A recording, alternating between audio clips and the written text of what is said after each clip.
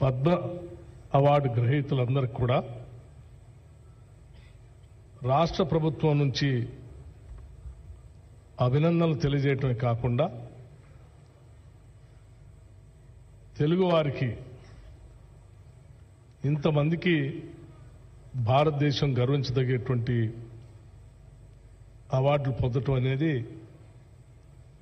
ఈ రాష్ట్రానికి గర్వకారణంగా రాష్ట్ర ప్రభుత్వం భావించి ఈరోజు వారిని గౌరవించుకునేటువంటి కార్యక్రమాన్ని రాష్ట్ర ప్రభుత్వం నుంచి ఏర్పాటు చేయడం జరిగింది.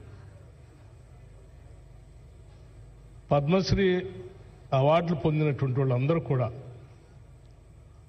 ఎక్కడో మారుమూల ప్రాంతాల్లో గుర్తించబడినటువంటి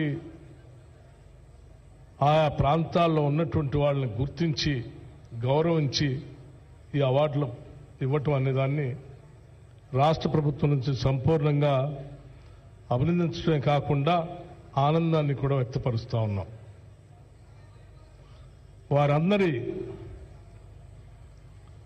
నైపుణ్యం, కళా నైపుణ్యం, ఒక్కొక్క రంగాల్లో వారికి ఉన్నటువంటి విశిష్టతని గుర్తించి ఈరోజు భారత ప్రభుత్వం వారందరినీ గౌరవించింది. వారందరికీ కూడా రాష్ట్ర ప్రభుత్వం నుంచి మనస్ఫూర్తిగా అభినందనలు, గౌరవం పరమైనటువంటి సన్మాన కార్యక్రమాన్ని ఈరోజు ఏర్పాటు చేసుకోవటమే రాష్ట్ర ప్రభుత్వం యొక్క ప్రధాన బాధ్యతగా భావించి మేము ఈరోజు కార్యక్రమాన్ని ఏర్పాటు చేశాం.